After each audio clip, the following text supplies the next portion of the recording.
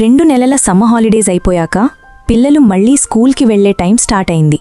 కానీ పేరెంట్స్గా మనం school open అయ్యే ముందు కొత్త బ్యాగ్, కొత్త షూస్, కొత్త పుస్తకాలు కొనడం కంటే పిల్లల మనసును స్కూల్కు సిద్ధం చేయడం చాలా ముఖ్యం.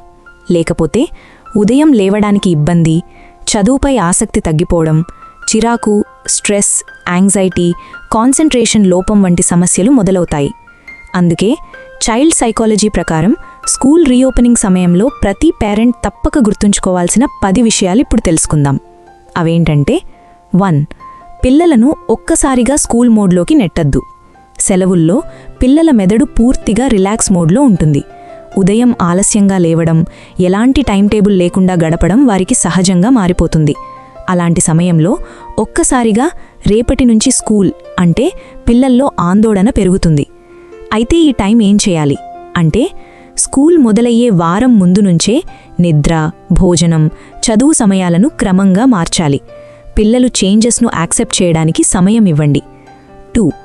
నిద్రను నిర్లక్ష్యం చేయొద్దు. చాలామంది పేరెంట్స్ చదువుపైనే దృష్టి పెడతారు, కానీ పిల్లల మెదడు బాగా పనిచేయాలంటే ముందు సరైన నిద్ర అవసరం. నిద్ర తక్కువైతే మెమరీ, ఫోకస్, లెర్నింగ్ ఎబిలిటీ తగ్గిపోతాయి. అయితే ఏం చేయాలి అంటే, రాత్రి 9:30 నుంచి 10 గంటల లోపు నిద్రపోయే అలవాటు చేయండి. పడుకునే ముందు మొబైల్, టీవీ పూర్తిగా ఆపేయాలి. 3. బ్రేక్ఫాస్ట్ను ఎప్పుడూ స్కిప్ చేయొద్దు. చాలామంది పిల్లలు తొందరలో బ్రేక్ఫాస్ట్ మానేసి స్కూల్కి వెళ్తుంటారు, కానీ బ్రేక్ఫాస్ట్ లేకుండా మెదడు పూర్తి స్థాయిలో పనిచేయదు. దీంతో పిల్లలు క్లాస్లో అలసటగా, చిరాకుగా ఉంటారు. ఏం చేయాలి? పాలు, గుడ్లు, పండ్లు, ఇడ్లీ, ఉప్మా, దోశ, నట్స్ వంటి పోషకాహారం ఇవ్వండి. 4. ఉదయం ఇంటి వాతావరణం పిల్లల రోజును నిర్ణయిస్తుంది. ఉదయం ఇంట్లో అరుపులు, హడావిడి, ఒత్తిడి ఉంటే పిల్లల మెదడు నేర్చుకునే స్థితిలో ఉండదు. వాళ్ళు స్కూల్కి వెళ్లేలోపే మానసికంగా అలసిపోతారు. ఏం చేయాలి? ఉదయం కొంచెం ముందే లేపండి, ప్రశాంతంగా తయారయ్యే అవకాశం ఇవ్వండి. 5. స్కూల్ నుంచి రాగానే మార్కుల గురించి అడగద్దు. చాలామంది పేరెంట్స్ చేసే మొదటి తప్పు ఇదే.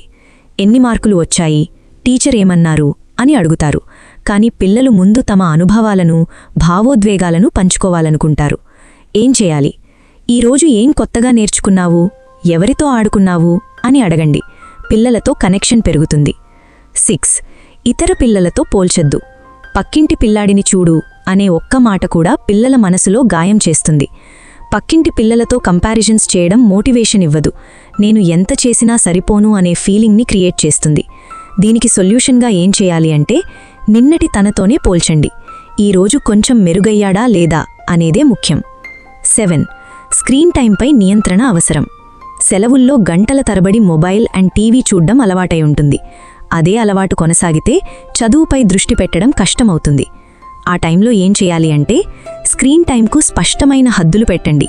ముందు హోంవర్క్, తర్వాత ఎంటర్టైన్మెంట్ అనే నియమం పెట్టండి. 8. ఫిజికల్ యాక్టివిటీ తప్పనిసరి. రోజంతా కూర్చునే పిల్లల్లో ఒత్తిడి, అలసట ఎక్కువగా కనిపిస్తాయి.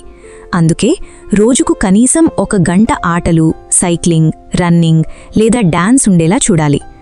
9. తప్పు చేసినప్పుడు అవమానించొద్దు.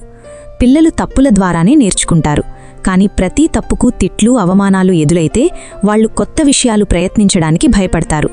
అలాంటి టైంలో ఏం చేయాలి అంటే, నువ్వు తప్పు చేశావు అని కాదు, ఈ తప్పును ఎలా సరిచేద్దాం అని అడగాలి. 10. రోజుకు 15 మినిట్స్ పిల్లల కోసం కేటాయించండి. చైల్డ్ సైకాలజీ ప్రకారం పిల్లలకు ఖరీదైన బొమ్మలు కంటే తల్లిదండ్రుల సమయం ఎక్కువ విలువైనది. దానికోసం రోజుకు కనీసం 15 మినిట్స్ ఫోన్ పక్కన పెట్టి వాళ్లతో మాట్లాడండి, వినండి, నవ్వండి. ఆ 15 మినిట్స్ వారి ఆత్మవిశ్వాసాన్ని జీవితాంతం పెంచుతాయి. పేరెంట్స్, చైల్డ్ డెవలప్మెంట్ అనేది కేవలం మార్కులతో కొలవలేం.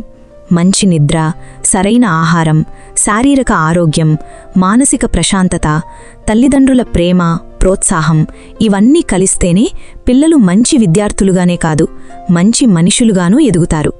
ఎందుకంటే పిల్లలు మనం చెప్పింది అంతగా వినరు, మనల్ని చూసి నేర్చుకుంటారు. ఈరోజు మీరు పిల్లలతో ఎలా మాట్లాడుతున్నారో రేపు వాళ్ళు తమ గురించి అలా ఆలోచిస్తారు. అందుకే ఈ విద్యా సంవత్సరంలో మార్కుల కోసమే కాదు, సంతోషంగా, ఆరోగ్యంగా, ఆత్మవిశ్వాసంతో ఉన్న పిల్లలను తీర్చిదిద్దడానికి కలిసి ప్రయత్నిద్దాం. గుర్తుంచుకోండి, ఒక సంతోషమైన పిల్లవాడు ఎప్పుడూ ఒక సక్సెస్ఫుల్ స్టూడెంట్ కంటే గొప్పవాడే. వీడియో నచ్చినట్లయితే లైక్, షేర్, కామెంట్ చేయండి. మరిన్ని child psychology and parenting videos కోసం మైండ్ఫుల్ పేరెంటింగ్ ఛానల్ నంబర్ సబ్స్క్రైబ్ చేయండి. Thanks for watching.